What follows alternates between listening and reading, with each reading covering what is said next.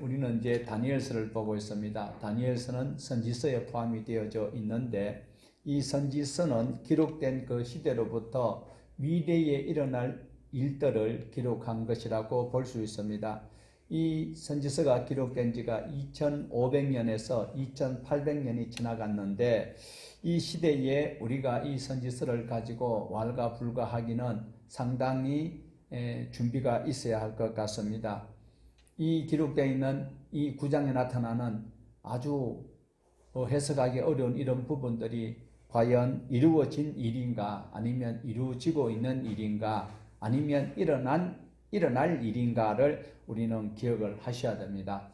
다니엘서 9장, 그리고 우리가 다니엘서를 읽을 때에 처음에는 아주 기분이 좋았습니다. 비록 포로로 끌려가지만, 그러나 끌려갔을 때 그 소년들이 결심하고 그 나라 고관들이 왕이 내리는 그 모든 명령을 거역하고 하나님의 말씀에 순종하여서 자기네들이 레위기에 있는 말씀대로 채식만 하고, 그리고 우리를 테스트해 보시라 라고 큰소리 뻥뻥 치고, 또 그 다니엘의 세 친구들이 이름이 바뀌었던 그분들 사드락과 메삭 아벳느고가 왕시상에게 절하지 아니하였지만 불 속에 들어간 즈음에 그리 아니하실지라도 그 신앙, 우리가 찬양을 얼마나 잘 부른지 몰라요. 뿐만 아닙니다. 하루에 3번씩 예루살렘 동쪽을 향하여서 기도하던 다니엘, 3번 기도하는 그 기도를 우리는 배워야 된다고 큰소리 치고 있습니다. 그런데 그 다니엘 얼마나 멋있습니까? 3번씩 기도하다가 사자굴에 끌려갈 줄 알면서도, 그런데 왕이 그 사자굴에 들어가는 걸 막지 못하는 그 가운데 사자굴에 던져졌을 때에 하나님께서 그 사자 입을 봉하여서 얼마나 통쾌합니까? 왕이 직접 와가지고 슬피 구슬픈 목소리로 사실은 하나님의 종 다니엘아, 너를 건지시기에 부족함이 없었느냐라고 물었을 때에 왕은 마실 수 없어서 얼마나 통쾌합니까? 예수 믿으면 다 이런 것만 있으면 얼마나 좋을까요? 그런 것만 아니더라라는 겁니다. 이제 9장, 7장부터 시작해서 서서히 어려워지고 있습니다. 꿈을 꿨는데 뭐 짐승이 나오고 뭐 사람 따위고 괴물 따위고 이상한 것이 나오더만, 지금 이제 9장에는 또 얼른 들으면 이해가 될 것 같다가 그 다음부터는 또 어렵습니다. 70일에가 나오고 62일에가 나오고 한 일에가 나오고, 해석하는 자마다 다 다르고 목사마다 다르고 설교할 때마다 다 다르고 헷갈리고 이거 도대체 예수를 믿어야 되는지 말아야 되는지, 이런 것들이 성경에 왜 있느냐. 그냥 잘못되어 있으면 잘못된 거 고치고, 그리고 하나님 주시는 그 복을 받아 누릴 수 있는 그것만 설명해 주면 얼마나 좋을 건데, 그렇죠? 예, 그러나 저러나 기록되어 있는 것을 우리가, 솔직히 저도 이렇게 복잡한 것은 그냥 살짝 넘어가고 뭐 또 새 일에 대해서 막 이래 하는 이런 것들을 했으면 좋겠는데, 한 장씩 한 장씩 나가다 보니까 피해갈 수 없어서 이 9장을 우리가 볼 수밖에 없습니다. 우리 다 같은 목소리로 9장 1절과 2절을 다시 한번 더 읽어보시겠습니다. 메대 족속 아수에로의 아들 다리오, 갈대아 나라 왕으로 시험을 받던 첫 해 그 통치 원년에 나 다니엘이 책을 통하여 여호와께서 말씀하신 선지자 예레미야에게 알려주신 그 연수를 깨달았나니 곧 예루살렘의 황폐함이 70년 만에 그치리라 하신 것이니라. 자, 여기에 보면 익숙한 이름이 하나 나와 있습니다. 아수에로라는 사람이, 에로가 아주 많은 사람이 아수에로가 여기에 등장하는데, 성경에는 같은 이름이 등장하는 것이 많습니다. 출애굽기에서부터 보던 바로가 있죠. 바로는 이름이 아니고 왕조의 타이틀이지만, 그러나 바로가 계속 나오듯이, 그리고 여기에 보면 오늘 본문에도 보면 아수에루가 나오는데 메대 나라에 그 아수에루가 나오고 있고, 또 100년 뒤에 에스더에 나오는 아수에루가 또 따로 있다라는 겁니다. 뿐만 아니라 다리오가 또 나오고 있죠. 이 다리오도 스가랴서에 보면 다리오라는 사람이 또 나오는데 사람은 다르다. 그래서 우리가 정신 차리지 아니하고 성경을 읽으면 그것이 그것이다라고 오해하기 쉽습니다. 그리고 우리 열왕기에 나오는 왕들 이름이 남북 왕 이름이 비슷하죠. 똑같은 이름이에요. 그런데 그 이제 직무했던 그 연수가 약간 다른 것을 우리는 염두에 두시면서 체크를 하면서 분명하게 보셔야 될 것입니다. 여기에 메대 족속 아수에로 메대 나라 왕, 메대 나라의 왕이 아수에로의 아들이 바로 다리오다라는 겁니다. 이 다리오는 바로 누군가 하면 우리가 지난번에 보셨을 때에 바벨론의 마지막 왕이 누구라 그랬습니까? 섭정왕이었던 벨사살이 메네메네 데길 우바르신 하는 그 손가락이 나오는 그 글씨를 보고 그가 죽을 때 죽었어요. 그때 쳐들어왔던 나라가 메대와 바사 연합군이 왔는데 메대가 들어왔을 때 그때에 누가 왕이 되었는가 하면 다리오가 이제 벨사살이 무너지고 바벨론이 무너지고 세워지는 다리오 왕이 생깁니다. 그리고 다리오 왕이 됐을 때에 어떤 일이 있습니까? 우리가 잘 알고 있듯이 5장 마지막 절에 보면은요, 31절에 보면 다리오가 이때 나이가 61살이라고 기록이 되어져 있습니다. 그럼 오래 못 살 것 같아요. 이름이 이렇게 그 날짜가 나오면 이거는 조금 위태위태하지요. 근데 6장 1절에 보면 다리오 왕이, 그러니까 벨사살이 무너지고 다리오 왕이 집권을 하면서, 그러니까 바벨론 무너졌습니다. 새로운 나라가 생겨서 다리오가 왕이 되면서 총리 셋을 두었잖아요. 셋을 두었는데 이때에 다니엘이 하루에 3번씩 기도했다라는 것이 있죠. 그런데 요거 시차가 약간 안 맞는 듯 하지만 실제로 오늘 여러분과 제가 읽었던 9장 1절과 2절에 무엇입니까? 다니엘이 어떤 책을 읽었어요. 무슨 책을요? 예레미야가 남긴 책에 보니까 70년 뒤에 공으로 돌아간다는 것을 알게 되었어요. 그때에 다니엘이 지금 계산을 해보니까 아이고야 큰일 났다. 지금 70년 뒤에 돌아가는 것 같으면 지금 기한이 한 3년 정도밖에 안 남았어요. 그런데 지금 전국이 돌아가는 꼬라지를 보니까 검수완박돼 버리고 정권은 바뀌려고 하고 이거 뭐 어떻게 되는지 굉장히 다급한 거예요. 그래서 다니엘이 너무 급해서 하루에 몇 번 기도했다? 이제 이해되십니까? 그래서 다니엘이 창문을 열어놔놓고 하루에 3번씩 기도합니다. 하나님 아버지여, 분명히 하나님께서 예레미야를 통하여서 70년 뒤에 돌아가도록 하신다고 했는데 지금 꼬라지 보니까 여기 왕들이나 나라들이 지금 설치는 거 보니까 지난번에 하나님께서 보여주신 그 꿈에 메대 나라와 바사 나라와 그리고 헬라 나라와 그리고 로마가 나오고 막 이런 것을 보니까 우리 언제 집에 갑니까? 언제 갑니까? 그래서 안타까워서 기도하는 거예요. 하나님의 말씀만 붙들고 여러분 기도하면 뭐와 같다고요? 자, 읽어보십니다. 잠언 28장 9절입니다. 사람이 귀를 돌려 율법을 듣지 아니하면 그의 기도도 가정하니라. 여러분 하나님의 말씀을 모르고 약속도 안 붙들고 무조건 기도하면 되나요? 약속을 하고 가야 되는 거요. 약속을 하고 가요. 요번에 막 그 자기 맡겨진 그 기관이 지금 존폐 위기에 있으니까 청와대에다가 면담 신청했는데 거기서 면담을 거절해버렸어요. 약속이 안 되면 못 가잖아요. 하나님 앞에 여러분이 예수님이 내 구주라는 것을 당신과 하나님의 약속이 맞아떨어질 때에 하나님의 자녀가 된 것이고 여러분의 기도가 유효한 것입니다. 무조건 예수님의 이름으로 기도하며 받은 줄로 믿으라 미친 사람이에요.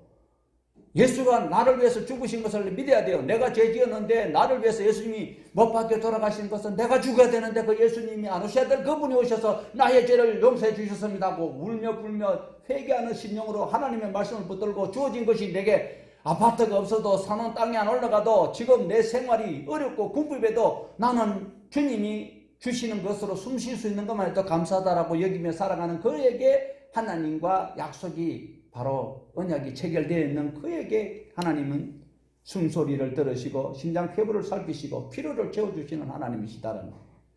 교회만 오면 복 받아요? 교회만 오면 병 고쳐요?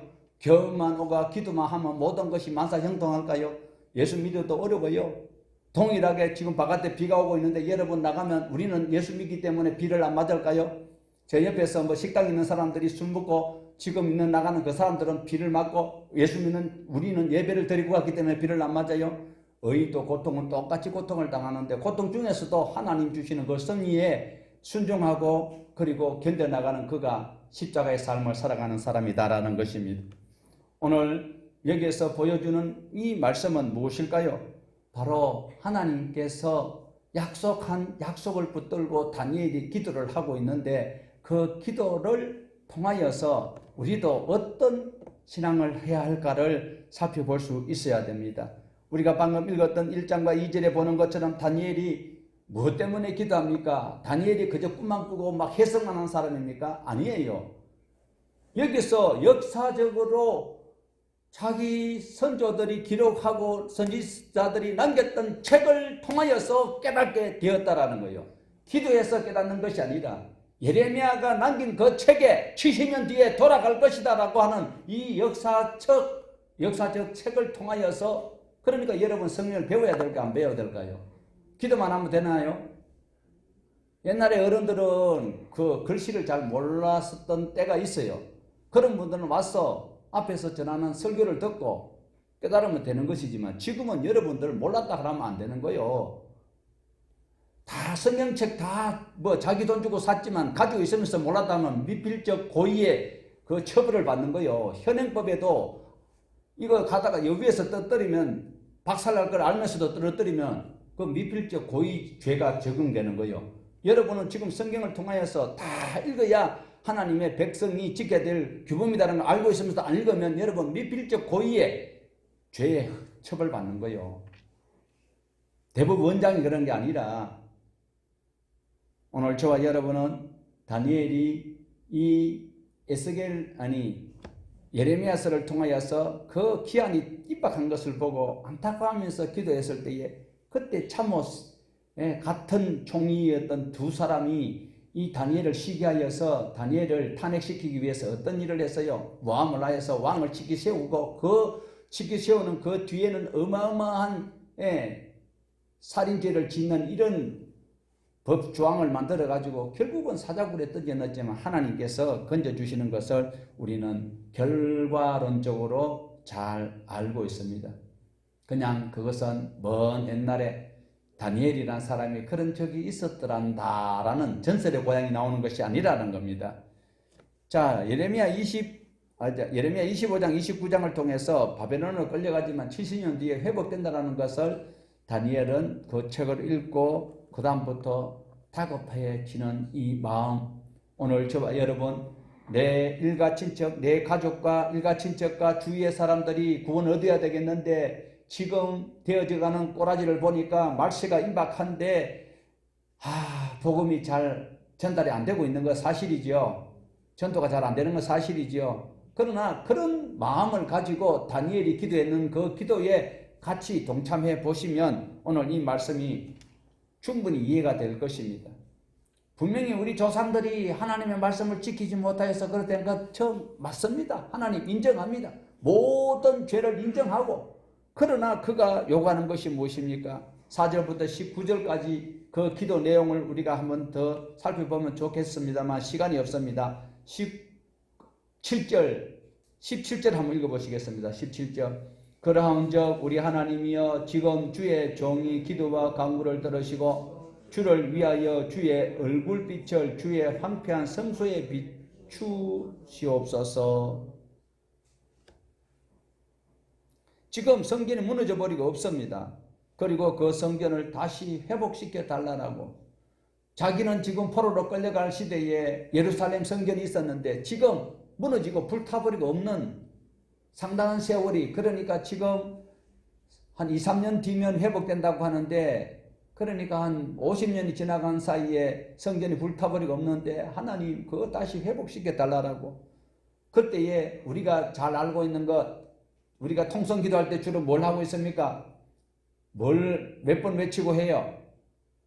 주여 삼창하지요. 그래서 주여 삼창 근거가 어디 있는가 했더만 이게 19절에 있습니다. 19절 한번 보실까요?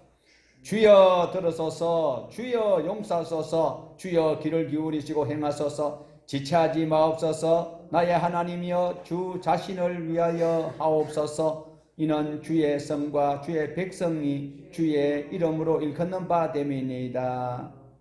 그래서 이제 주여 들으소서, 주여 용서하소서, 주여 귀를 기울이시고 행하소서, 이걸 가지고 이제 주여 삼창의 원조라고 이야기하는데, 뭐 주여 많이 부른다고 좋은 것도 아니고요. 친한 사람이 아빠하고 아들하고 같이 있으면서 이야기할 때마다 아빠라고 해야 아빠가 나한테 이야기하는구나. 그 아빠는 상당히 무식한 사람이겠죠. 그래야 안 그래요? 아빠 계시지요? 어때요? 제 말 동의하십니까? 지금 다니엘의 기도 핵심은 무엇입니까? 무너진 성전과 무너진 성, 그리고 바벨론에 끌려와 있고 본국에 있는 그 백성들이, 버려진 백성들을 위해서 회복시켜 달라고 기도하는 내용입니다. 어떻게 회복을요? 하나님께서 하나님의 이름을 위하여 회복시켜 달라는 거예요. 지금 그들이 천번만번 벌을 받아 마땅하고 그렇지만, 그러나 하나님의 이름 때문에 그들을 예루살렘 성을 회복시켜 주시고 예루살렘 나라를 회복시켜 주시고 예루살렘 백성을 하나님의 백성 삼아 달라고 기도를 하고 있습니다. 사람이 귀를 돌려 율법을 듣지 않으면 그의 기도가 가정하다. 다니엘은 이 약속의 말씀을 가지고, 이 약속의 말씀, 당연히 우리가 잘못했습니다. 하나님의 율법을 어겼습니다. 그렇지만 하나님께서 이렇게 말씀하신 적도 있지 않습니까? 그래서 하나님 말씀을 붙들고 기도해야 됩니다. 예수님 이름으로 무조건 때를 쓰면 되는 게 아니고, 밤을 새워서 머리가, 서리가 앉아서 머리카락이 다 빠질 정도로, 동상이 걸릴 정도로 기도한다고 되는 것이 아니고, 소나무 뿌리를 뽑아 흔든다고 되는 것도 아니고, 주여 삼창에다 3만창을 불러도 되는 것이 아니라 율법에 근거하여서, 약속에 근거하여서 거기서 돌이키면서 하나님 말씀대로 살겠다라고 할 때에 하나님께서는 안 들으시고는, 죄가 아니겠지만 하나님은 들어주십니다. 자, 에스겔서에서도 보면은요, 에스겔서 36장 21절에서 23절입니다. 화면을 통해서 같이 한번 읽어보실까요? 그러나 이스라엘 족속이 들어간 그 여러 나라에서 더럽힌 내 거룩한 이름을 내가 아꼈노라. 그러므로 너는 이스라엘 족속에게 이르기를, 주 여호와께서 이같이 말씀하시기를, 이스라엘 족속아, 내가 이렇게 행함은 너희를 위함이 아니요 너희가 들어간 그 여러 나라에서 더럽혀진 나의 곧 너희가 그들 가운데에서 더럽힌 나의 큰 이름을 내가 거룩하게 할지라. 내가 그들의 눈앞에서 너희로 말미암아 나의 거룩함을 나타내리니 내가 여호와인 줄을 여러 나라 사람이 알리라. 주 여호와의 말씀이니라. 자, 더럽혀진 그 이름을 하나님 때문에 그렇게 하시겠다라고 말씀합니다. 다시 25절 보십니다. 그러므로 주 여호와께서 이같이 말씀하셨느니라. 내가 이제 내 거룩한 이름을 위하여 열심을 내어 야곱의 사로잡힌 자를 돌아오게 하며 이스라엘 온 족속에게 사랑을 베풀지라. 이스라엘 족속이 하나님 보시기에 흡족하지 않을지라도 하나님께서는 하나님의 거룩한 이름을 위하여 회복해 주시겠다라고 말씀합니다. 우리가 사는 것이 너무 맞닥잖아요. 그런데 하나님께서는 예수님하고 약속했는 것 때문에, 예수 이름 때문에 저와 여러분을 구원시켜 주시고 하나님의 백성 삼아 주신다라는 거예요. 다니엘은 예레미야서를 통하여서 70년이 되면 하나님께서 회복하시겠다고 하셨으니까 그 말씀을 근거를 통하여서 주의 성소와 주의 백성과 주의 그 이름을 회복할 수 있도록 기회를 달라고 기도하고 있습니다. 이렇게 기도할 때에 하나님께서 몰라 이렇게 하시지 않더라라는 거예요. 자, 20절부터 기도 응답이 나오는데요. 이때 이제 가브리엘 천사가 전하여 주는 그 말씀이 쭉 기록되고 있습니다. 가브리엘 천사가 하나님 말씀을 가져와서 다니엘에게 전달하는 것이 23절입니다. 23절 한번 보실까요? 곧 내가 기도를 시작할 즈음에 명령이 내렸으므로 이제 내게 알리러 왔느니라. 너는 크게 은총을 입은 자라. 그런즉 너는 이 일을 생각하고 그 환상을 깨달을지니라. 다니엘이 기도를 시작할 즈음에 이미 하나님의 명령이 내렸다라고 말씀합니다. 자, 이때에 또 가브리엘이 내려오는데 바사 군주가 방해를 하고 이런 구절이 있습니다. 자, 이것은 자세하게 우리에게 소명할 기회가 있겠지만, 그러나 여기서 보면 바사 군주가 막 대항하는 것처럼 이렇게 하는데, 그 페르시아의 군인들이 가브리엘 천사가 내려오는데 그걸 방해했다라기보다도 바사 지역에 있던, 페르시아 지역에 있던 악의 세력들이 가브리엘도 영적인 존재잖아요. 그러니까 사탄의 졸개들이, 사탄은 단수입니다. 졸개들이 귀신들이지요. 귀신은 복수고 사탄은 단수입니다. 사탄의 졸개들인 이 바사의 지역에 있던 졸개들이 덤볐다라고 여러분 해석하셔도 그렇게 틀린 해석은 아닐 것입니다. 약속의 근거로 하나님 앞에 기도를 시작할 때에 하나님께서 이미 알고 계시잖아요. 그럼에도 우리에게 구하라고 한 적이 있습니다. 그런데 다니엘은 약속에 근거하여서 확실히 주님 앞에 조목조목 그리고 주의 긍휼을 요청할 때에 하나님께서는 이미 기도 시작할 무렵에 보내 응답을 주신 그 하나님을 우리는 찬양할 수 있어야 됩니다. 가브리엘 천사를 통해서 24절에서 27절까지 말씀에 전해지는데 그 핵심이 무엇인가 하면요, 너는 이 말씀을 잘 생각하고 그 뜻을 깨달으라 라고 말씀을 합니다. 우리에게 하나님께서 응답을 주시는 거 가지고 마음대로 휘청망청 쓰라는 것이 아니고 잘 생각하고 생명 살리는 일들과 사명 감당하는 일에 잘 사용해야 할 것입니다. 자, 그 뜻을 잘 깨달으라고 24절에서 27절까지 길게 응답을 가지고 왔는데 그 말씀이 상당히 고민을 하면서 보셔야 됩니다. 다시 정리하면 다니엘이 주전 605년쯤에 포로로 끌려왔습니다. 지금 이때 우리 1절에서 2절을 우리 읽었잖아요. 그 메대 사람이 다리오가 통치하는 그 원년 그때가 언제냐면 BC 538년입니다.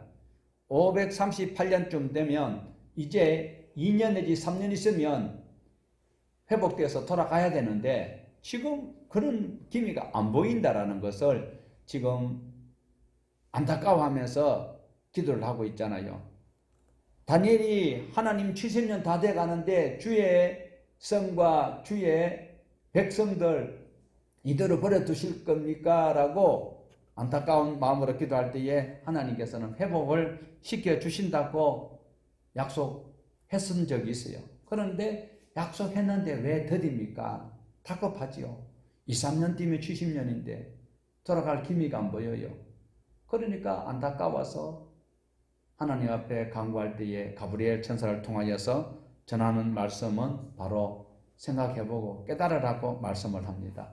우리 길지만은 24절에서 27절 같이 한 목소리로 잘 보십시다. 우리가 다니엘 보고 깨달으라고 하거든요. 천사가. 우리도 깨달아야 되거든요. 안 깨달으면 안 돼요. 안 깨달으면 집에 갈 방법이 없을 것 같아요. 자, 시작. 내 백성과 내 거룩한 성을 위하여 이런 이래를 기한으로 정하였나니 허물이 그치며 죄가 끝나며 죄악이 용서되며 영원한 의가 드러나며 환상과 예언이 응하며 또 지극히 거룩한 이가 기름 부음을 받으리라. 그러므로 너는 깨달아 알지니라. 예루살렘을 중건하라는 영이 날 때로부터 기름 부음을 받은 자 곧 왕이 일어나기까지 7이레와 62이레가 지날 것이요 그 곤란한 동인의 성이 중건되어 광장과 거리가 세워질 것이며 62이레 후에 기름 부음 받은 자가 끊어져 없어질 것이며 장차 한 왕의 백성이 와서 그 성과 성소를 무너뜨리니와 그의 마지막은 홍수에 휩쓸림 같이 같을 것이며 또 끝까지 전쟁이 있으리니 황폐할 것이 작정되었느니라. 그가 장차 많은 사람들과 더불어 한 이래 동안 언약을 굳게 맺고 그가 그 이래의 절반의 제사와 예물을 금지할 것이며 또 포악하여 가정한 것이 달걀을 의지하여 설 것이며 또 이미 정한 종말까지 진노가 황폐하게 하는 자에게 쏟아지리라 하였느니라 하니라. 여러분 좀 깨달아졌습니까? 저는 읽을수록 더 헷갈립니다. 너무 헷갈립니다. 자, 의미를 풀어가야 되는 기한이 나오고 있죠. 이런 일에 지금 하나님께서 70년 뒤에 돌아가도록 해주신다고 약속했잖아요. 그러니까 기도를 하니까 가브리엘을 통하여서 하나님께서 다니엘에게 응답을 전달하는 것이 이런 일에, 이런 일에, 그리고 62일에, 그리고 한 일에. 자, 여기서 주목해야 되는 것은 딱딱 끊어져 있다는 겁니다. 자, 이런 일에와 62일을 보태서, 그리고 한 일에를 보태가지고 다 합쳐서 말을 해버리면은 말하는 거하고 딱딱 끊어서 이야기하는 거하고 분명히 차이가 있다는 겁니다. 그래서 우리가 여기서 이제 간단하게 해석을 한다면, 이런 일회가 뭘까요? 1년이 70이잖아요. 1에는 7일이잖아요. 그래서 70주간이 지난다는 것인데 77이 49, 그래서 490이다. 간단하지요. 그리고 62일에는 62에다가 7을 곱하면 바로 434다. 한 일에는 7일이니까 바로 7로 기한을 이렇게 간단하게 계산할 수 있는 것 같은데, 문제는 그 기한은 그렇게 정한다 손 치더라도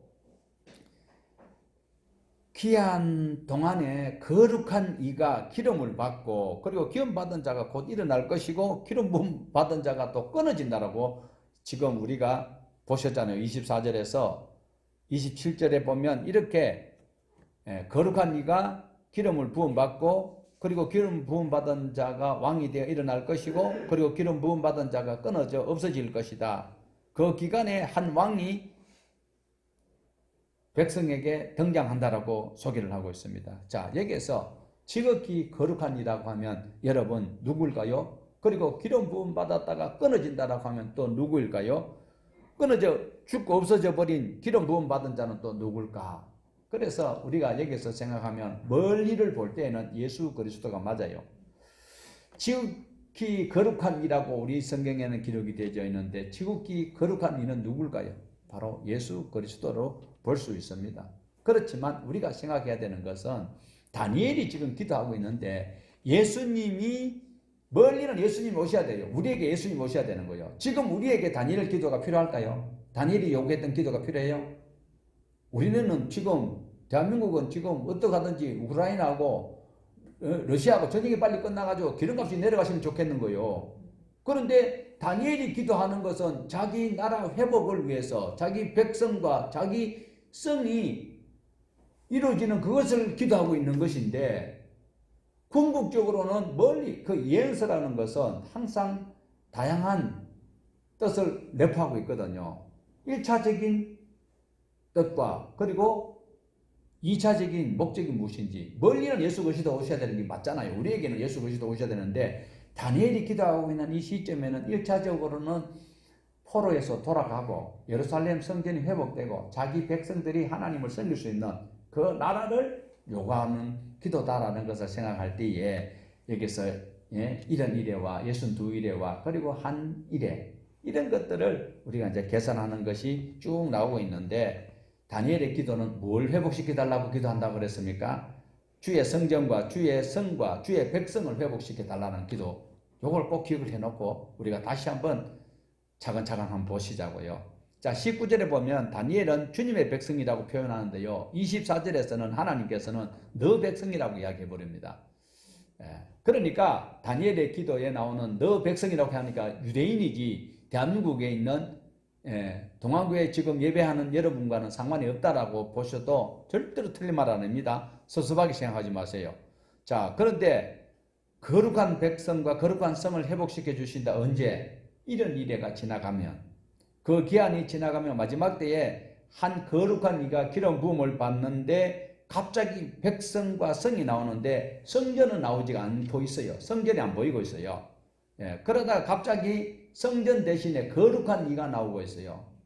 여기에서 이제 많은 학자들이 헷갈리고 있다라는 겁니다. 그렇지만 다니엘의 기도는 자기 백성과 성과 예루살렘 성 그리고 성전이 다니엘에게는 필요하다라는 겁니다. 거룩한 이는 누굴까요? 당연히 예수 그리스도가 맞습니다. 그리고 기름 부었다가 끊어진 자 누굴까요? 예수님께서 십자가에 달려서 돌아가시잖아요. 그것도 맞는 것 같죠? 예수님이 십자가에 달려 돌아가실 것까지 하면 다 맞아 떨어져요. 아구가 딱딱 맞아요. 아구라 하는 말이 뭐 표준말인지 모르겠지만 이빨이 딱딱 맞아 떨어지는 거예요. 그런데 조금 더 보면요, 다니엘이 살던 그 시대에서 이런 일의 뒤에, 그러니까 490일 뒤에 예수님이 오셨을까요? 490일 뒤에 예수님이 오시지는 않았다라는 거죠. 그런데 490일 뒤에는 안 왔어요. 77이 49, 이런 일에 70 곱하기 7로 하면 49일이잖아요. 490일이잖아요. 그런데 490일 뒤에 예수님이 안 오셨어요. 그런데 구약의 창세기에 보면 소 한 마리, 그리고 한 이삭, 그것이 한 마리가 1년이 되고, 그렇게 했었을 때 490년으로 해서 예수님께서 490년 뒤에 오셨을 개연성이 충분히 일어나는 것은 사실입니다. 완전히 틀린 것은 아닙니다. 그렇게 해석하는 것 또한. 그런데 지금 다니엘이 기도했던 기도 내용을 뒷받침하는 새로운 논문이 요 근래에 이제 굉장히 주목을 받고 있는데, 그 논문이 어떠한 개인이 쓴 논문이라기보다도 또한 성경이 그렇게 번역되어 있는 성경하고 일맥이 통하고 있어요. 그래서 그 논문을 통하여서 우리가 살펴보면 24절에서 27절까지 나오는 그 70일에 대한 그 해석을 예수님의 종말로 가지 아니하고 다니엘 시대에 일어날 고레스 시대 때 일어났던 그 일들을 딱 연결하니까 상당히 설득력이 있는 거예요. 예수님으로 해석하기보다도 다니엘이 기도하는 1차 목적이, 지금 내가 배가 고픈데 내가 이 배고픈 시기를 극복 못하면 내일 내가 생존에 있을지도 모르는데 생존하고 다음에 내가 부귀영화를 가질 것으로 이렇게 기대하면서 사는 사람은 거의 없어요. 오늘 내가 생존해야 내일 또 연계가 되기 때문에 다니엘이 기도하고 있는 1차적인 목적이 무엇인지를 우리는 먼저 해석을 해보자는 거예요.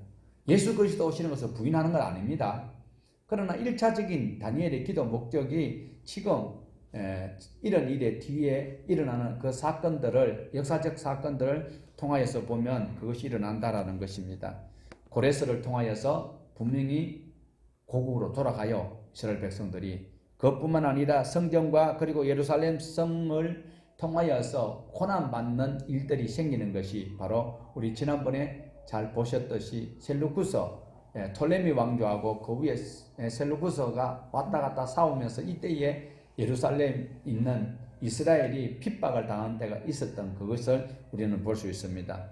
마지막 악하게 적그리스도와 같은 사명을 감당하고 있는 안티오코스 4세 에피파네스, 미친놈, 에피마네스라는 것이 미친놈 뜻이라 했잖아요.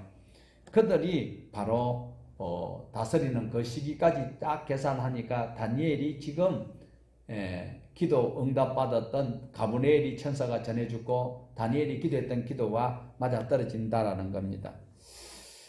다시 반복되는 뜻하지만 1절과 2절에서 읽었던 것처럼 다니엘의 기도는 무엇입니까? 주의 성전과 주의 성과 주의 백성들이 회복되는 것이 다니엘의 기도 목적이었습니다. 바벨론에서 돌아왔습니다. 성을 쌓고 성전을 쌓을 수 있도록 해달라고 기도했습니다. 자, 우리 24절 다시 한번 더 볼까요? 너의 백성과 너의 거룩한 성을 위하여 내가 이런 일을 기한을 정했으니 그때가 되면 회복될 것이다. 뿐만 아니고 그 기한이 지나면 거룩한, 지극히 거룩한 이가 기름을 부을 것이다 라고 말씀을 하고 있는데, 자, 여기에서 이제 새로운 우리에게 지식을 전달하고 있는 그 해석은요, 번역에 차이가 있다. 여기에 보면 분명히 24절에서 보면 지극히 거룩한 이가, 거룩한 이를 번역한 것이 상당히 아쉬움이 많아요. 마땅찮아요. 완벽하지를 않은 것 같아요. 여기서 다니엘의 기도가 지금 회복되기 위해서는 성과 백성과 그리고 그 백성을, 성과 백성을 회복시켜 달라고 약속하는데 성전이 사라지거든. 그래서 성전이 이 당시에는 솔직히 예수님보다도 이 사람들은 성전이 더 중요한 거예요. 지금 다니엘이 구하는 것은 성전을 구하고 있단 말이죠. 그런데 예수님을 구한 것은 아니거든요. 그래서 여기서 다니엘의 그 기도를 명석하게 해석해 놨는 것을 보면 거룩한 이가 바로 거룩이다라는 원어를 볼 때에 코데시라는 단어인데 코데시가 반복이 되겠어요. 거룩. 그러니까 학자들은 이것을 거룩하고 거룩하다 이라니까 막 예수님을 해석해 버리는 거예요. 그런데 다니엘이 구하고 있는 이때에 가브리엘이 전해주는 것은 예수님을 전하기보다는 거룩, 코데시라는 그 말이 꼭 사람에게만 번역되는 것이 아니고 인용되는 것이 아니고 사물에게도 번역이 되더라는 거예요. 그러면 거룩하고 거룩한 것은 이 당시에 이 사람들이 거룩이라고 하고 있는 것은 성전을 말하고 있다는 거죠. 그런데 여기서 거룩한 이로 번역을 해버리니까 예수님밖에 해석이 안 되는 것인데, 코데시 거룩을 성전으로 해석을 하면 딱 맞아지더라라는 것입니다. 그래서 거룩한 이로 번역해도 되지만 거룩한 곳으로 번역을 해도 전혀 무리가 없는데, 이 다니엘의 기도가 바로 성전과 파괴된 성전과 파괴된 성과 그리고 백성들이 포로에서 회복되는 것을 구하는 그것이 개인적 의견이 아니고 바로 새 번역 성경에도 있더라라는 겁니다. 자, 그러면 새 번역 성경을 우리 화면에 있는 것을 한번 잘 읽어보세요. 자, 거룩한 이인지 거룩한 곳인지를, 자, 이게 성경입니다. 성경에서 번역입니다. 우리는 개역 개정을 가지고 있고 새 번역에서는 이렇게 번역했다는 것. 자, 읽어보시겠습니다. 하나님께서 너희의 백성과 거룩한 도성에 이런 이래의 기한을 정하셨다. 이 기간이 지나가야 반역이 그치고 죄가 끝나고 속죄가 이루어지고 하나님이 영원한 의를 세우시고 환상에서 보신 것과 예언의 말씀을 이루시고 가장 거룩한 곳에 기름을 부으며 거룩하게 구별할 것이다. 가장 거룩한 곳에 기름을 부으신다. 그 전에는 거룩한 이로 번역을 하다 보니까 예수님으로 밖에 번역할 방법이 없어요. 사람이 거룩한 이가 없거든. 그런데 거룩한 곳으로 번역하였을 때 바로 이렇게 되었다라는 겁니다. 자, 그래서 여기서 보면 24절과 25절의 해석을 쭉 나가보면 주전 538년에 바빌론이 무너지고, 그리고 바빌론이 무너지고 잠깐 다리오가 통치하지만 곧 또 누가 옵니까? 아까 몇 살이라 그랬어요? 다리오가 몇 살이라고 했어요? 61살? 죽어요. 그리고 다리오가 죽자마자, 다리오가 누구가 하면 고레스의 외삼촌이에요. 그래서 외삼촌이 돌아가시자마자 바로 고레스가 왕으로 있으면서 예루살렘에 있는 사람들을 예루살렘으로 다 가도록 만들어 버렸다라는 거죠. 자, 고레스가 이제 538년에 예루살렘으로 돌아갈 수 있는 칙령을 내렸습니다. 그러니까 490일 후, 여기서는 490년이 아니고 491일이 맞아질 수 있습니다. 왜 그런가 하면 주전 536년에 유대인들이 바벨론으로 떠나서 돌아가거든요. 그러니까 538년에서 2년 지나가거든요. 2년은 요건 아니고 538년, 여기서 BC는 538년이 더 오래되는 거거든요. 그리고 536년에 전부 다 이제 출발해 간단 말이에요. 그러면은 여기서 490년으로 해버리면 말이 안 맞아 떨어진다라는 거죠. 그래서 지금 유대인들이 고국으로 돌아가면서 가장 먼저 하는 일이 무엇입니까? 예루살렘 가지요. 성전에 가는 것이죠. 그리고 거기에다가 기름을 붓는다. 성전에다가 기름을 붓는다라는 것입니다. 자, 이때에 죄송합니다. 흠물이 거쳐지는 것이고 죄가 끝나고 죄악이 용서되는데 한 의가 드러나 환상과 예언을 응하게 하는데 왜 이렇게 하는가? 자, 여기서 또 한 의가, 영원한 의가 드러나고 이러니까 또 예수님을 연상할 수 있는데 성경에서 어떻게 하는지, 자, 이사야서를 우리 같이 한번 보십니다. 이사야서 40장 2절. 너희는 예루살렘의 마음에 닿도록 말하며 그것에게 외치라. 그 노역의 때가 끝나고 그 죄악이 사함을 받았느니라. 그의 모든 죄로 말미암아 여호와의 손에 벌을 100배나 받았느니라 할지니라 하시니라. 자, 많은 선지자들이 환상과 예언이 첫 번째 회복은 바벨론에서 회복될 것이다라는 것을 말씀하고 있어요. 예수 그리스도는 우리에게 필요하고 다니엘에게는 예수님이 필요 없는 건 아닌데 당장 지금 자기네들이 바벨론에서 해방되는 거예요. 그리고 해방되고 가면 자기네들이 찾는 하나님 앞에 제사할 수 있는 성전이 필요한 거고. 동의하십니까? 자, 우리는 예수님이 필요하지만 이분들은 예수님보다 더 필요한 것이 성전 회복되는 것이었다라는 거죠. 그래서 1차적으로 그들은 바벨론에서 해방되고 성이 복원되고 예루살렘 성전이 수축되는 것을 그들은 바라보고 있습니다.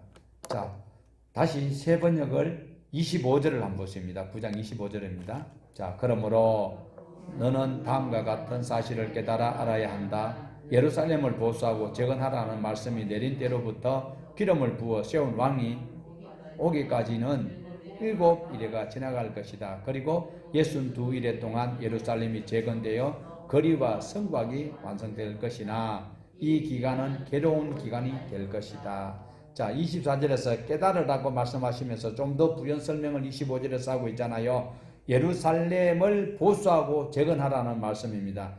이 말씀이 내려질 때에 누가 예루살렘을 재건하라고 이야기했습니까? 하나님, 예수님, 고레스.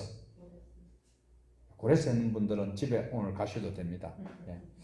자, 여기서 고레스가 그랬는지 안 그랬는지 다시 한 번 더 구약에 있는 말씀을 통해서 한번 보십니다. 역대하. 자, 같이 한번 보십니다. 역대하 36장 23절에 바사왕 고레스가 이같이 말하노니 하늘의 신 여호와께서 세상 만국을 내게 주셨고 나에게 명령하여 유다 예루살렘의 성전을 건축하라 하셨나니. 자, 뒤에 거는 자르고 그 다음에 에스라서 1장 2절입니다. 자, 바사왕 고레스는 말하노니 하늘의 하나님 여호와께서 세상 모든 나라를 내게 주셨고 나에게 명령하사 유다 예루살렘 성전을 건축하라 하셨나니. 자, 누가요? 하나님이 건축하라고 다니엘에게 이야기했어요.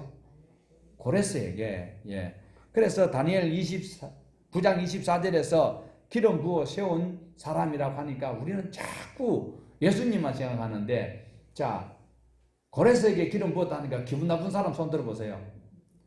고레스에게 기름 부었다라는 것은 구약에서 기름 부은 분들은 주로 왕에게, 선지자에게, 제사장에게 기름을 붓는데 그분들이 뭐 하라고요? 기름 부음 받아가지고 뭐 길 가는데 뭐 도시 환경 미화를 위해서 막 모든 먼지가 그 사람 머리에 다 달라붙으라고 한 것이 아니고 하나님이 일하라고 세울 때 하거든요. 자, 고레스가 이방인인데도 기름 부음을 받았습니다. 솔직히 언짢은 사람 있을 수도 있겠는데 초대 왕 이스라엘의 왕 누구예요? 사울이 착했어요. 별로 안 착했는데도 기름 부음 받았잖아요. 그 뒤에 오므리 왕조가 그렇게 악한 짓을 할 때에 오므리 왕조를 척결했던 왕이 누구예요? 에훗이잖아요. 에훗에게도 기름을 부으라고 했어요. 자, 그렇게 기름을 부음 받았던 사람이 구약에서 일하는 사에게 잠깐 부름을 받았습니다. 자, 그러면 사울도 기름 부음 받았지만은 어떻게 됐나요? 결국은 자살했습니다. 그런데 예후도 나중에는 처음에는 착했는데 나중에는 초대왕 여로보암을 쫓아가서 똑같은 죄를 짓다가 죽었습니다. 자, 그래서 기름 부음 받았다라고 하면 무조건 예수로 끼워 맞추면 안 된다는 거예요.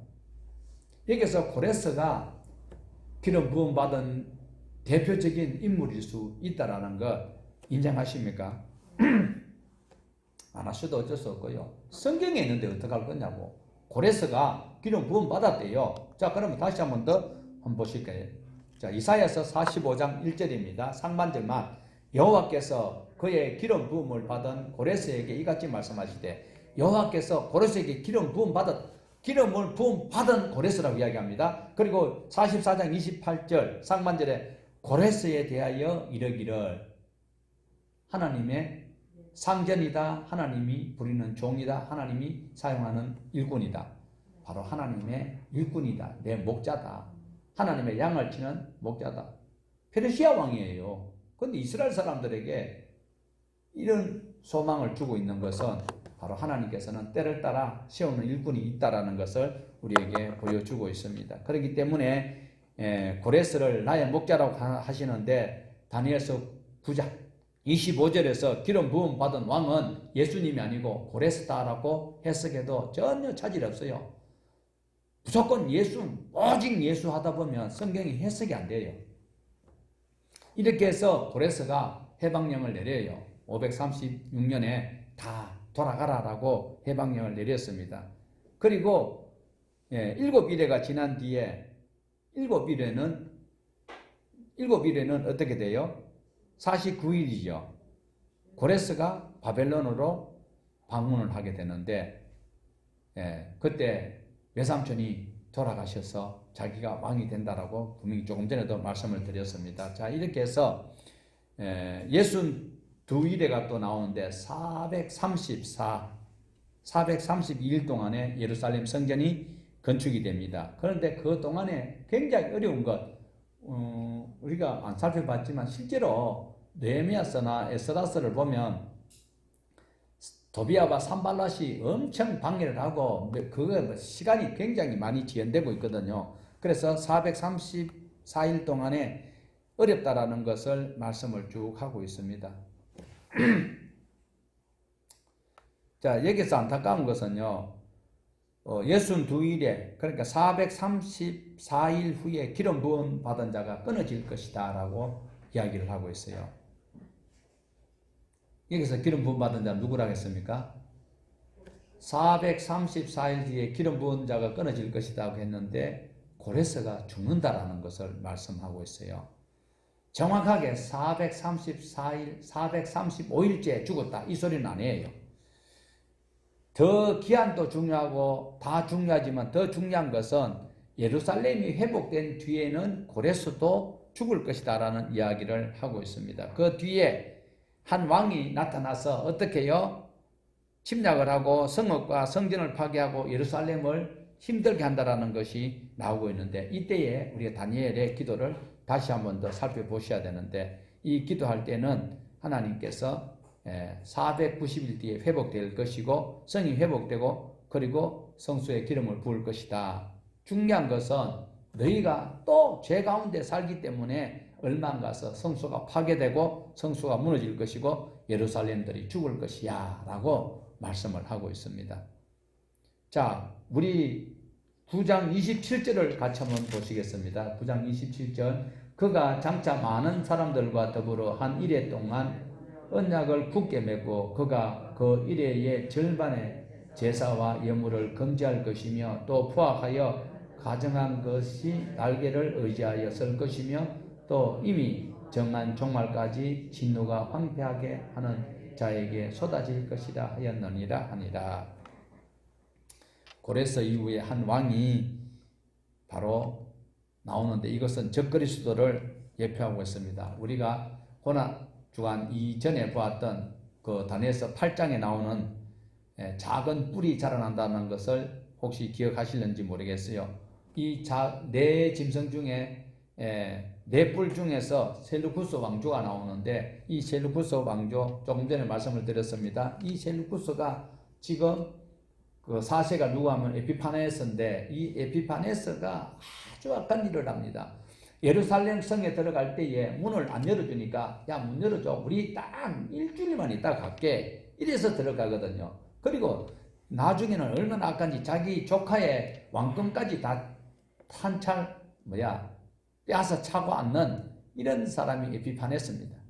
그래서 이래 동안만 자기 군사가 머물다가 가도록 하게 해놔놓고 그 들어와 가지고 성을 난장판을 만들어 버리고 자기 동상을 세우고 돼지 피를 뿌리고 이런 악한 짓을 했습니다.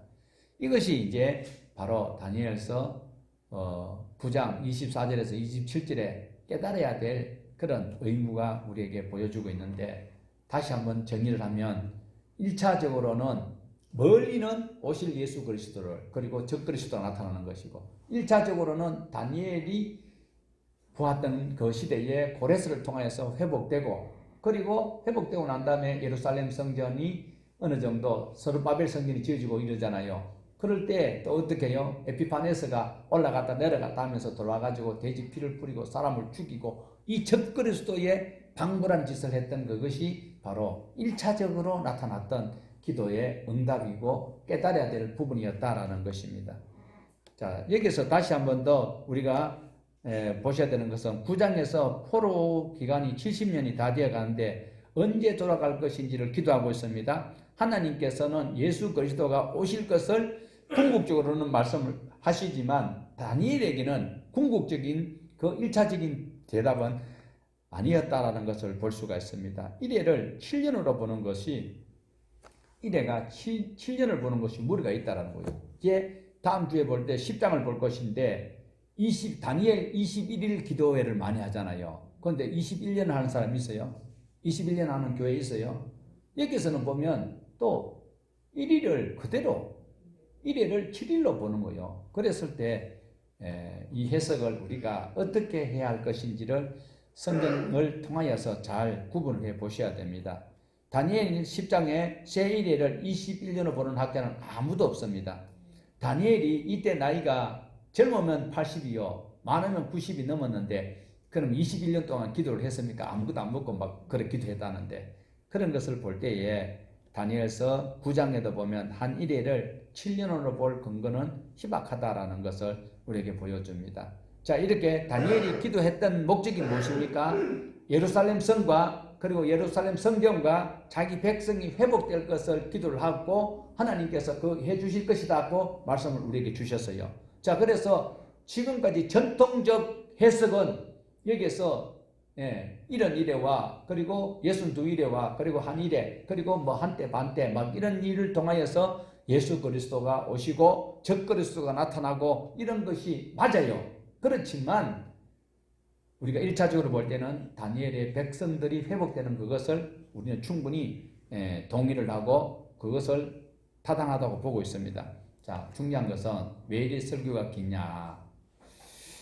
성경 해석을 바르게 한다고 우리가 천국에 더 좋은 자리에 가는 것은 아닙니다.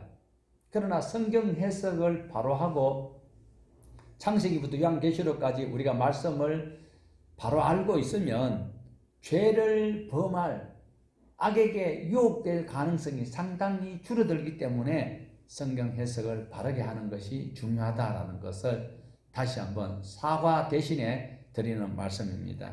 다니엘과 같은 믿음의 사람, 소수를 통해서 하나님께서는 파괴된 성전을 세우시고 무너진 성을 세우시고 백성을 세워나가신다는 사실을 기억을 하시고, 많은 사람이 자기 좋은 대로 해석을 하고 성도들에게 헛된 희망을 부풀어 주지만, 그러나 참된 진리의 말씀은 딱딱하고 맛이 없는 것에도 꼭 필요한 영양소이기 때문에 우리에게 필요한 말씀입니다. 그래서 우리 앞에 펼쳐지는 고난이 있다 할지라도 말씀에 의지해서 신앙으로 극복해 나가는 현명한 다니엘과 같은 저와 여러분 되기를 축복합니다. 하나님 아버지, 우리의 생각과 우리의 뜻대로 이루어지지 않는다고 하더라도